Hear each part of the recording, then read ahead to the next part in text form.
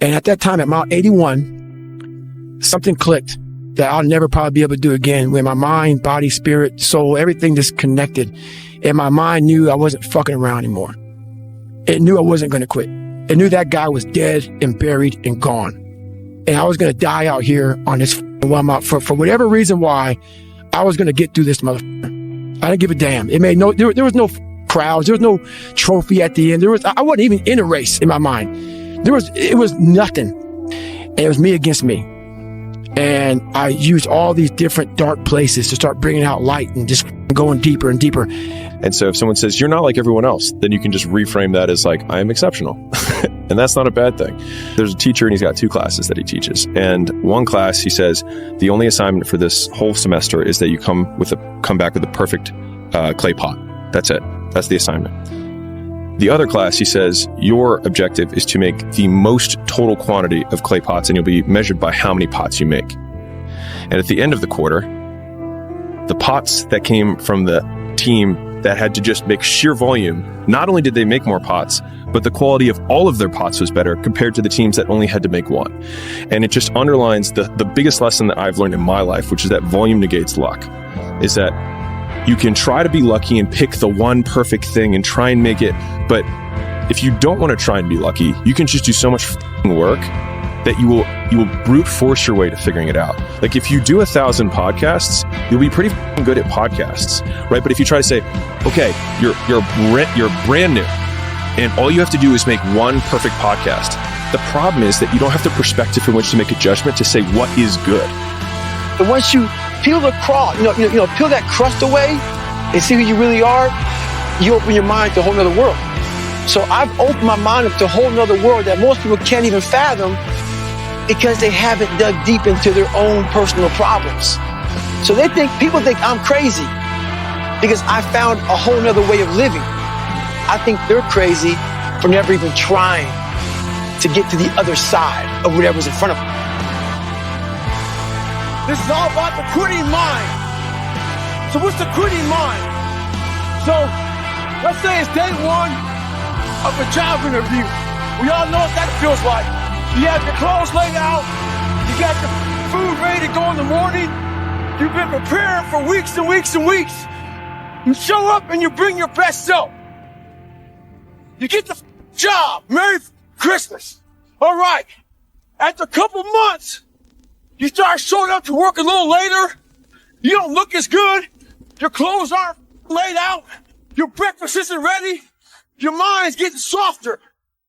We do that everything in life. When New Year's coming up, guess what? Don't have a quitting mind. Repetition every day. Stay hard. The day's running you. You always be the servant, not the master, guys. If you find a fear, the quickest, the easiest way you can beat it is initially, right when it comes in. If you allow it to sit, it will grow roots and start breaking you down, destroying the potential of the person you can be. Again, the champions, guys. It's not their potential. It's not their genetics. It's their perseverance to always show up, always willing to fail, because in failure, that's part of success. Success is not, a marathon of life with just ups. Success is formulated through failures. Gets you out of bed? What gets you off the couch? What gets you in the gym? It's not your alarm. It's not your parents. It's not your friends. It's you. The only one that can make it happen for you is you.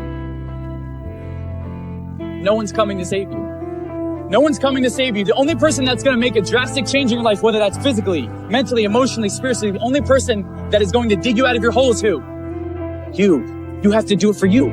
You've got to become courageous to stand up within yourself, to face it and step forward. We all get a taste of that victim mentality, the why me? You can become the victim of the situation or the victor of the situation. You need to be the master of your emotions, not let them affect you. You are the dictator. You're the captain of your boat, whether you let things affect you in a negative way or a positive way. I don't lose. I only win or learn. In life, there's only winning or learning. All your problems become gifts once you learn them. And the reason why some of you are not where you're supposed to be, you've given yourself an option. You've given yourself an out. You've given yourself an excuse. But you have what it takes to do it. And the problem with some of you in this room, you don't have no drive. You ain't got nothing pushing you. You have no reason. You better find one before you get out here today. You don't belong at the bottom, and it's time for you to get your butt from down there. It's time for you to stop being comfortable at the bottom. Get your butt up and get to where you're supposed to be. You are a royal priesthood. Get where you belong. Do what you're supposed to do. Live like you're supposed to live.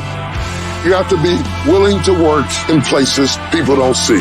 While the other guy's sleeping, I'm working. While the other guy's eating, I'm working. There's a motherfucker out there who wants what you have, who wants the position you are, who wants the job you have, who wants the wife that you have, or the husband. There's someone out there hungry and wants everything you can have. So make that a motivation for you. Don't negotiate with weakness. You're in charge.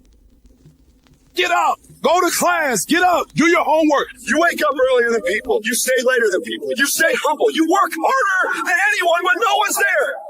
I guarantee someone that feels bad about themselves soon will label you as he's built different. He's built different should be your label because people feel bad about themselves. If for 10 years, if you didn't avoid doing what you knew you needed to do, what would you be like? What would happen if you just stopped wasting the opportunities that are in front of you? You'd be who knows how much more efficient. 10 times more efficient. 20 times more efficient. You have no idea how efficient people get. It's completely off the charts. It's very, very simple to get what you want, but it's not easy. It's your job to make yourself do the crap you don't want to do so you can be everything that you're supposed to be. And you're so damn busy waiting to feel like it. And you're never going to. Ever. No one's coming. No one. No one's coming to push you. No one's coming to tell you to turn the TV off. No one's coming to tell you to get out the door and exercise. Nobody's coming to tell you to apply for that job that you've always dreamt about. Nobody's coming to write the business plan for you. It's up to you. And because you're only ever going to do the things that you feel like doing right now or that feel good right now, unless you understand that you've got to parent yourself, you've got to push yourself, you're not going to make your dreams come true. There's nobody in the world has lied to me more than me. How many times do you tell yourself, it's going to be different this year? How many times have you started the diet saying, oh, this is my year. I'm going to start this year strong. I'm going to the gym. I'm going to eat right. 2 weeks later, what'd you do? You lied to yourself. Many of you will not be successful because you've got this giant goal and no steps to go with it. It's just in your mind like, girl, this is my year. How many steps? I don't know. Like, what is it going to take you to do it? I don't know. I just know this is my year. All of us in life have things we want. We don't get what we want. We get what we have to have. We all get what we tolerate in ourselves and other people. But when you're no longer willing to tolerate something, that's when your life changes. The difference in people is their standards, period. Everyone in the world has a list of things they think they should do. I should lose weight. I should work out. I should work harder. I should make more calls. I should. And then you know what? People don't do their shoulds and they get mad at themselves and they, what I call, should all over themselves. They beat themselves up about it. What changes people is when your should becomes a must. When suddenly the thing you said should happen has to happen. That's when human beings change. It's like if you want to take the island, burn the boats.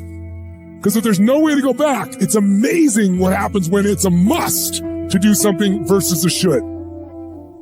The number one thing that's going to change your life, the only thing that will change your life, change your business, change your money, change your relationship, is you must raise your standard. The comfort zone is dangerous. When you're comfortable, you are at most danger. The comfort zone is somewhere you should never feel comfortable. You should be happy and dissatisfied. Anybody ever tell you, hey, look, you know what? Just be satisfied with what you got. Don't believe them. Get them away from you. You should never be satisfied with what you got. Because the attempt to get more makes you into something better. Don't let anybody tell you, hey, man, you should just be happy with, no! See, look, one thing I want you to promise me is that no matter how long it takes, keep going. No matter how much it hurts, keep going. So you was placed on this earth for a reason. You weren't meant to be average. You were meant to excel. You gotta understand that this grind is meant to make you who you're supposed to be, a dog. A little grind ain't never hurt nobody. Stop being soft. Let's embrace it. If you go through that fire, you're gonna come out real cold. That's what we want. So I wanted to project myself forward to age 80 and say, okay, now I'm looking back on my life. I want to have minimized the number of regrets I have. And I knew that when I was 80, I was not going to regret having tried this. I was not going to regret having wanted, trying to participate in this thing called the internet that I thought was going to be a really big deal. I knew that if I failed, I wouldn't regret that. But I knew the one thing I might regret is not ever having tried. And I knew that that would haunt me every day. When I thought about it that way, it was an incredibly easy decision. Don't ever let somebody tell you you can't do something. Not even me. You got a dream, you got to protect it. People can't do something themselves. They want to tell you you can't do it. You want something, go get it. Period. Those who can do. Those who can't talk about those who can. Yeah. I'm gonna say it again. Those who can do. Those who can't talk about those who can. Yeah. Now, can you? Or can you not? No, you just want to sit on the sideline to talk about other people? Or can you step up? What would you do if you weren't afraid? I love thinking about that when I'm thinking about big life decisions. Like, what would I do if I weren't afraid? And it's usually like the big one, the bigger thing that I really want to do, but I'm afraid to do it. It's like, that's what I should do. Like, what would I do if I weren't afraid? And what would I do if I knew I couldn't fail? Well, you should be afraid of taking risks and pursuing something meaningful. But you should be more afraid of staying where you are if it's making you miserable. It's like the first thing you want to do is dispense with the idea that you get to have any permanent security outside of your ability to contend and adapt. It's the same issue with children. It's like you're paying a price by sitting there being miserable. And you might say, well, the devil I know is better than the one I don't. It's like, don't be so sure of that. The clock is ticking. Yeah, and if you're miserable in your job now and you change nothing, in 5 years, you'll be much more miserable and you'll be a lot older. Second ago pain, that's just almost like excruciating. Seconds later, it like flows out of you like you just pulled the plug on your sink and all the water and all the pressure just goes. It's a greater feeling than what the pain was. I mean, the pain you felt doing that, man, is overridden with pride. And when you pull that plug and all the water goes out and all the pain leaves, because what's left there after all the water leaves? We are training kids and people to be soft in a world that continuously gets harder. And it doesn't correlate. Like that guy talking about the tear gas with the SEALs. Is that necessary? I don't know. But what is necessary is you have to build a person that can withstand the pressures of whatever they're going to be dealing with in life. And we don't do that. I'm not trying to send a message of run 200 miles, be the baddest motherfucker in the world, but be tough.